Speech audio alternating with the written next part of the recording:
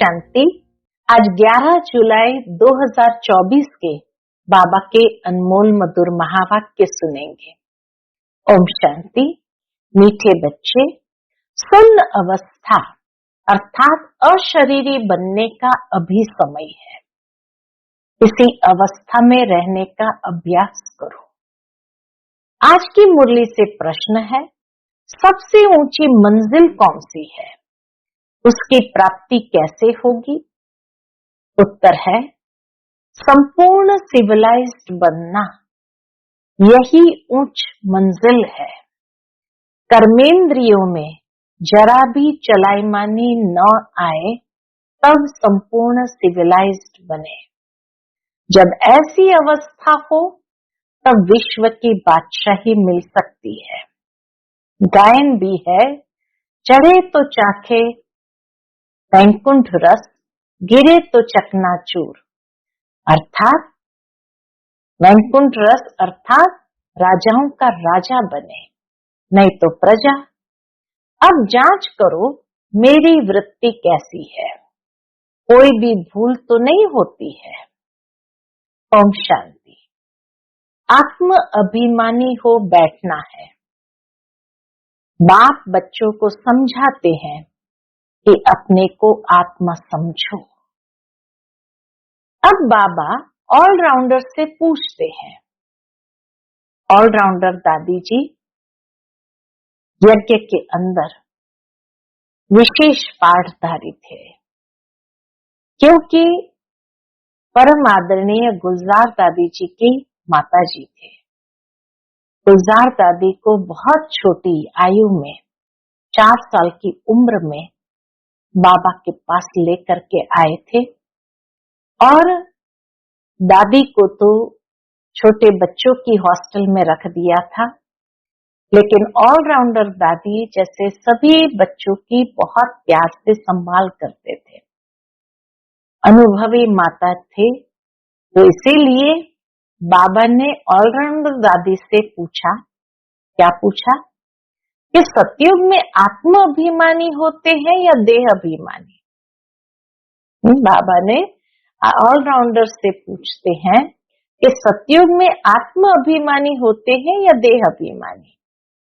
वहां तो ऑटोमेटिकली आत्म अभिमानी रहते हैं, घड़ी घड़ी याद करने की दरकार नहीं रहती। हाँ, बहुत सुंदर उत्तर दादी ने भी दिया कि वहां तो ऑटोमेटिकली आत्म अभिमानी रहते हैं। ऑलराउंडर दादी जी हमारे दिल्ली में पांडव भवन को विशेष रूप से संभालते थे, तो इसीलिए घड़ी घड़ी याद करने की दरकार नहीं रहती। हाँ, वहां ये समझते हैं, अब ये शरीर बड़ा हुआ, अब इसको छोड़ दूसरा नया लेना है। जैसे सर्प का मिसाल है, वैसे आत्मा भी ये पुराना शरीर छोड़ नया लेती है।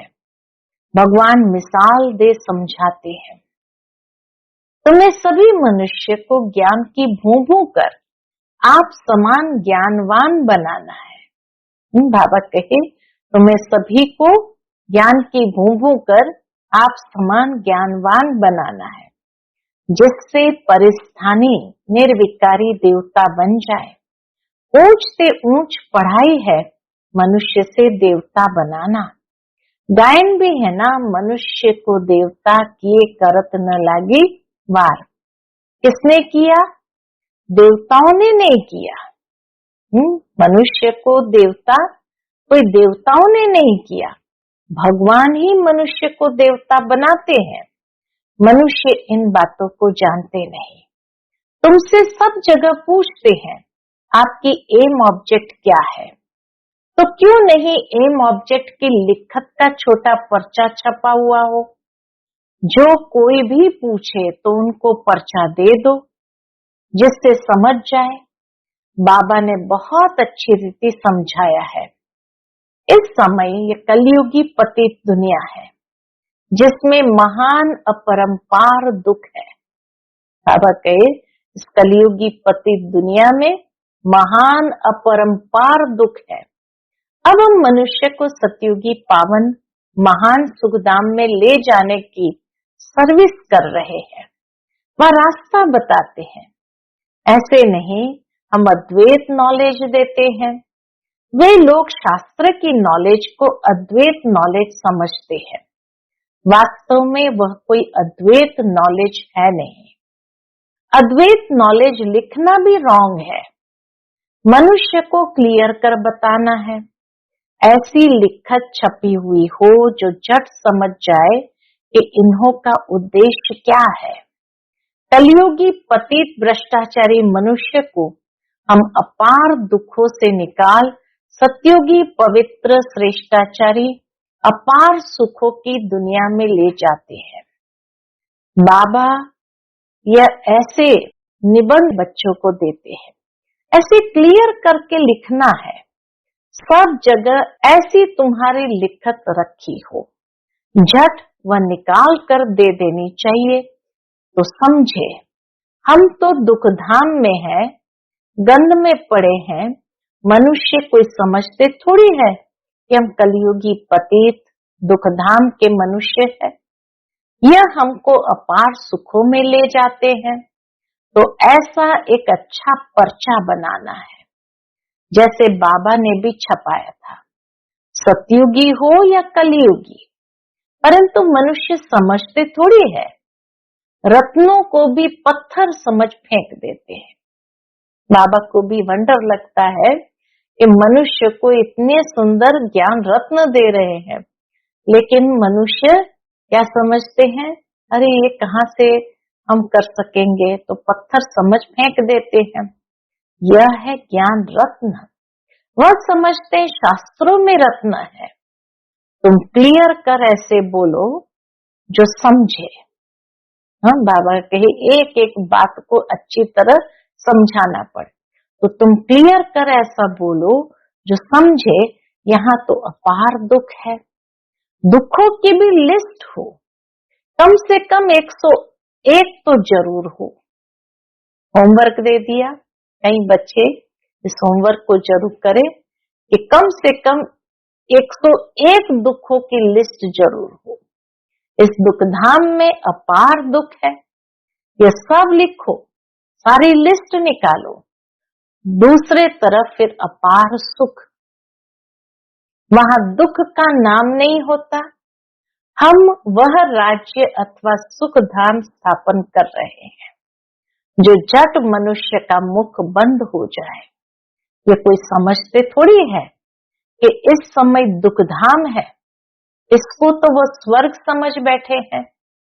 बड़े बड़े महल, नए नए मंदिर आदि बनाते रहते हैं।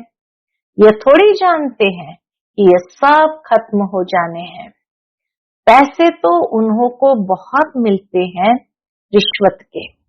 दुनिया में लोगों को रिश्वत के पैसे तो बहुत मिलते हैं। बाप ने समझाया है ये सब है माया का, साइंस का घमंड। ये सब है माया का, साइंस का घमंड। मोटरे, एरोप्लेन आदि ये सब माया का शो है। यह भी कायदा है। देखो बाबा कहते ये भी एक कायदा है कि जब बाप स्वर्ग की स्थापना करते हैं तो माया भी अपना भपका दिखाती है। इसको कहा जाता है माया का पौंप, ताकि मनुष्य ये समझे कि यही स्वर्ग है, हमको और कोई स्वर्ग में जाने की जरूरत नहीं है। अब तुम बच्चे सारे विश्व में शांति स्थापन कर रहे हो। अगर माया की कहाँ प्रवेशता हो जाती है तो बच्चों को अंदर खाता है। जब कोई किसके नाम रूप में फंस पड़ते हैं तो बाप समझाते हैं यह क्रिमिनलाइज्ड है। कलयुग में है क्रिमिनलाइजेशन, सतयुग में है सिविलाइजेशन। इन देवताओं के आगे सब माथा टेकते हैं। आप निर्विकारी, हम विकारी, इसलिए बाप कहते हैं हर एक अपनी अवस्था को देखे। बड़े बड़े अच्छे महारथी अपने को देखे, हमारी बुद्धि इसके नाम रूप में जाती तो नहीं है। फलानी बहुत अच्छी, यह करे, कुछ अंदर में आता है। यह तो बाबा जानते हैं इस समय संपूर्ण सिविलाइज्ड कोई है नहीं। जरा भी चलाईमानी न आए, कोई भी कर्मेंद्रिय में जरा भी चलाईमानी न आए, बहुत मेहनत है। कोई विरले ऐसे होते हैं, आंखें कुछ न कुछ धोखा जरूर देती है। ड्रामा किसकी सिविलाइज्ड जल्दी नहीं बनाएगा।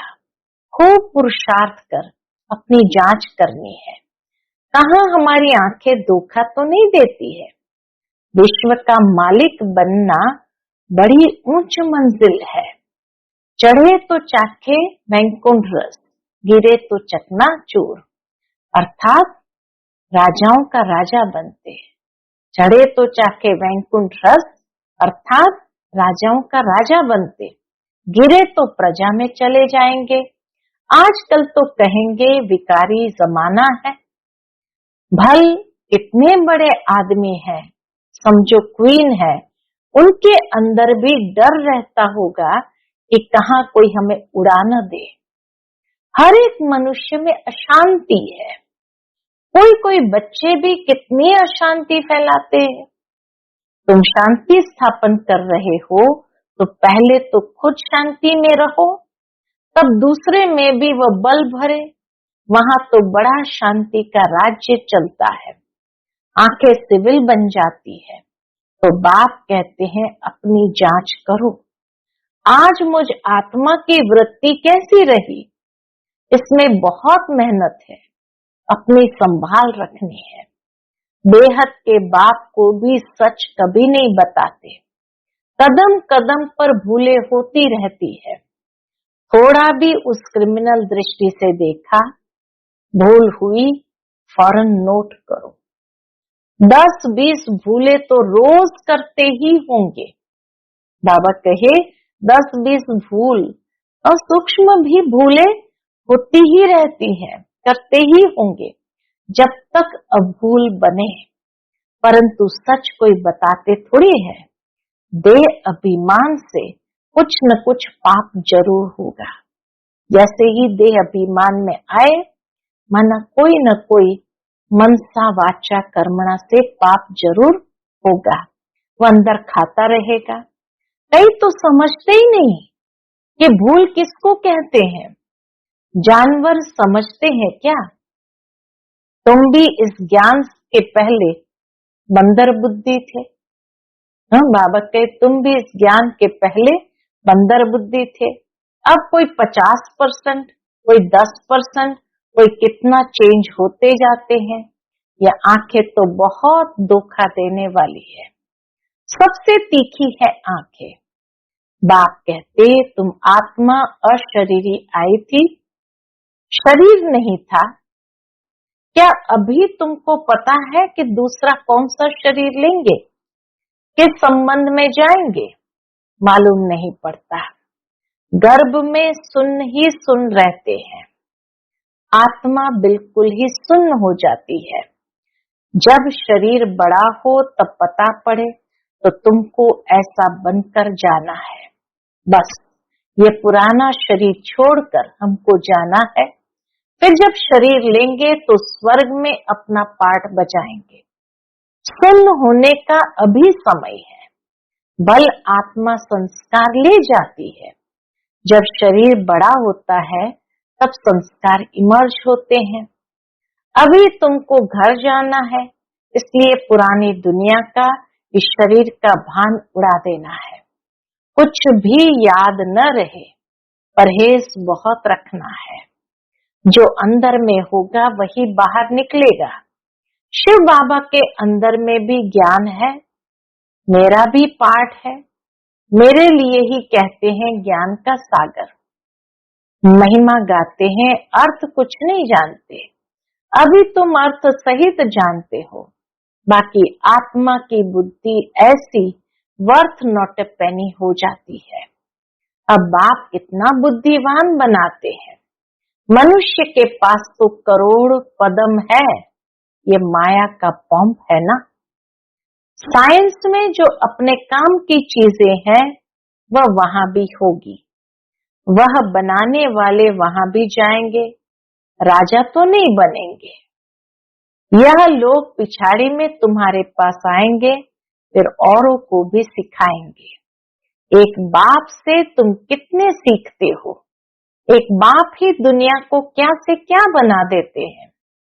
इन्वेंशन हमेशा एक निकालते हैं फिर फैलाते हैं। बॉम्ब्स बनाने वाला भी पहले एक था, समझा इनसे दुनिया विनाश हो जाएगी, फिर और बनाते गए। वहां भी साइंस तो चाहिए ना। टाइम पड़ा है, सीख कर होशियार हो जाएंगे। बाप की पहचान मिल गई, फिर स्वर्ग में आकर नौकर चाकर बनेंगे। पुरुषार्थ करने का मार्जिन नहीं रहेगा। वहां सब सुख की बातें होती है। जो सुख धाम में था वह फिर होगा। वहां कोई रोग दुख की बात नहीं। यहाँ तो अपरंपार दुख है, वहां अपरंपार सुख है। अभी हम यह स्थापन कर रहे हैं, दुख हरता सुख करता एक बाप ही है। पहले तो खुद की भी ऐसी अवस्था चाहिए, सिर्फ पंडिताई नहीं चाहिए। बाबा कहे अवस्था ऐसी बनाओ, सिर्फ पंडिताई नहीं चाहिए। ऐसे एक पंडित की कथा है। बोला राम राम कहने से पार हो जाएंगे। तो कहानी है कि एक बार एक पंडित कथा सुनाता था, तो नदी पार से उस तरफ से कोई आते थे। अब जब नदी पार करके आते तो थे, लेकिन जाने समय नाव नहीं रहती थी। तो पंडित जी ने सुनाया कि राम राम बोलते जाओ तो सहजता से नदी पार हो जाएगी। तो एक कन्या आती थी, वो नदी नाव में पार करके तो आ जाती थी, जाने समय नाव नहीं होती थी। तो उसने ये अप्लाई करना शुरू किया कि पंडित जी ने कहा है राम राम करते जाओ तो नदी पार हो जाएगी। तो सहजता से पानी के ऊपर चल करके चली जाती थी। फिर एक दिन पंडित जी ने पूछ लिया तुम जाती कैसे हो? तो कहा आपने कहा था ना राम नाम करने से पार हो जाएंगे। बस मैं तो राम नाम करके पार हो जाती हूँ। पंडित जी को विश्वास नहीं हुआ, तो कहा चलो दिखाओ। देखने चले तो राम राम करके पार हो गई। फिर उसने पंडित जी को कहा अभी आप भी आओ। तो पंडित जी ने सोचा मैं कैसे जाऊं, ये अभिमान की स्थिति थी। तो जैसे ही राम बोलते हुए भी देह अभिमान में थे तो डूब गए। तो इसीलिए बाबा कहे पंडिताई नहीं कि ये दूसरों को प्रचार करते रहो, कहते रहो और खुद करो ही नहीं। बोला राम नाम कहने से पार हो जाएंगे। ये इस समय की बात है। तुम बाप की याद में विषय सागर से क्षीर सागर में चले जाते हो। यहाँ तुम बच्चों की अवस्था बड़ी अच्छी चाहिए। योग बल नहीं है, क्रिमिनलाइज्ड है, तो उनका तीर लग नहीं सकता। आंखें सिविल चाहिए। बाप की याद में रह किसको ज्ञान देंगे तो तीर लग जाएगा। ज्ञान तलवार में योग का जौहर चाहिए। नॉलेज से धन की कमाई होती है, ताकत है याद की। बहुत बच्चे तो बिल्कुल याद करते ही नहीं, जानते ही नहीं। बाप कहते मनुष्य को समझाना है कि यह है दुखधाम, सतयुग है सुखधाम। कलयुग में सुख का नाम नहीं, अगर है भी तो भी कागविष्टा के समान है। सतयुग में तो अपार सुख है। मनुष्य अर्थ नहीं समझते, मुक्ति के लिए ही माथा मारते रहते हैं। जीवन मुक्ति को तो कोई जानते ही नहीं, तो ज्ञान भी दे कैसे सकते। वह आते ही है रजो प्रधान समय में, वह फिर राजयोग कैसे सिखलाएंगे। यहाँ तो सुख है कागविष्टा समान। राजयोग से क्या हुआ था यह भी नहीं जानते। तुम बच्चे जानते हो यह भी सब ड्रामा चल रहा है। अखबार में भी तुम्हारी निंदा लिखते हैं, यह तो होना ही है। अबलाओं पर किस्म किस्म के सितम आते हैं। दुनिया में अनेक दुख है, अभी कोई सुख है थोड़ी। इसलिए बाबा ने होमवर्क दिया, लिस्ट बनाओ दुखों की और सुखों की। बल कितना बड़ा शाहूकार है, बीमार हुआ, अंधा हुआ तो दुख तो होता है ना। दुखों की लिस्ट में सब लिखो। रावण राज्य कलयुग के अंत में ये सब बातें हैं। सतयुग में दुख की एक भी बात नहीं होती। सतयुग में दुख की एक भी बात नहीं होती है। सतयुग तो होकर गया है ना, अभी है संगम युग। बाप भी संगम पर ही आते हैं। अभी तुम जानते हो 5000 वर्ष में हम क्या क्या जन्म लेते हैं, कैसे सुख से फिर दुख में आते हैं। जिनको सारा ज्ञान बुद्धि में है, धारणा है, वह समझ सकते हैं। बाप तुम बच्चों की झोली भरते हैं। गायन भी है, धन दिए धन ना खूटे। धन दान नहीं करते हैं तो गोया उनके पास है ही नहीं, तो फिर मिलेगा भी नहीं। हिसाब है ना, देते ही नहीं तो मिलेगा कहाँ से, वृद्धि कहाँ से होगी। यह सब है अविनाशी ज्ञान रत्न, नंबरवार तो हर बात में होते हैं ना। यह भी तुम्हारी रूहानी सेना है। कोई रूह जाकर ऊंच पद पाएंगी, कोई रूह प्रजा पद पाएंगी, जैसे कल्प पहले पाया था। अच्छा, मीठे मीठे सिकिलदे रूहानी बच्चों को नंबरवार पुरुषार्थ अनुसार बाप दादा व माता पिता का दिल व जान सिक व प्रेम से याद प्यार और गुड मॉर्निंग। रूहानी बाप की रूहानी बच्चों को नमस्ते। हम सब रूहानी बच्चों की रूहानी माता पिता बाप दादा को याद प्यार, गुड मॉर्निंग और नमस्ते नमस्ते। शुक्रिया बाबा, शुक्रिया। आज की मुरली से धारणा के लिए मुख्य सार है। पहली पॉइंट, अपनी संभाल करने के लिए कदम कदम पर जांच करनी है कि पहली बात, आज मुझ आत्मा की वृत्ति कैसी रही। दूसरा, आंखें सिविल रही। तीसरा, देह अभिमान वश कौन सा पाप हुआ, ये सब जांच करनी है। दूसरी पॉइंट, बुद्धि में अविनाशी ज्ञान धन धारण कर फिर दान करना है। ज्ञान तलवार में याद का जौहर जरूर भरना है। आज का बाप दादा का मधुर वरदान हम बच्चों के प्रति है, सत्यता की अथॉरिटी को धारण कर सर्व को आकर्षित करने वाले निर्भय और विजयी भव। सत्यता की अथॉरिटी को धारण कर सर्व को आकर्षित करने वाले निर्भय और विजयी भव। आप बच्चे सत्यता की शक्तिशाली श्रेष्ठ आत्माएं हो।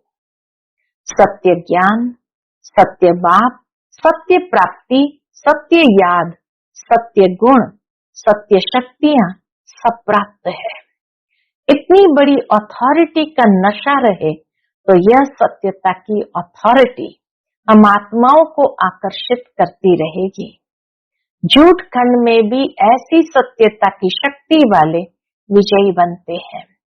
सत्यता की प्राप्ति खुशी और निर्भयता है। सत्य बोलने वाला निर्भय होगा, उनको कभी भय नहीं हो सकता। तो सत्यता की शक्ति वाला विजयी होगा। सत्यता की प्राप्ति खुशी और निर्भयता है। सत्य बोलने वाला निर्भय होगा, उसको कभी भय हो नहीं सकता। आज का स्लोगन है, वायुमंडल को परिवर्तन करने का साधन है पॉजिटिव संकल्प और शक्तिशाली वृत्ति। वायुमंडल को परिवर्तन करने का साधन है पॉजिटिव संकल्प और शक्तिशाली वृत्ति। अच्छा, ओम शांति।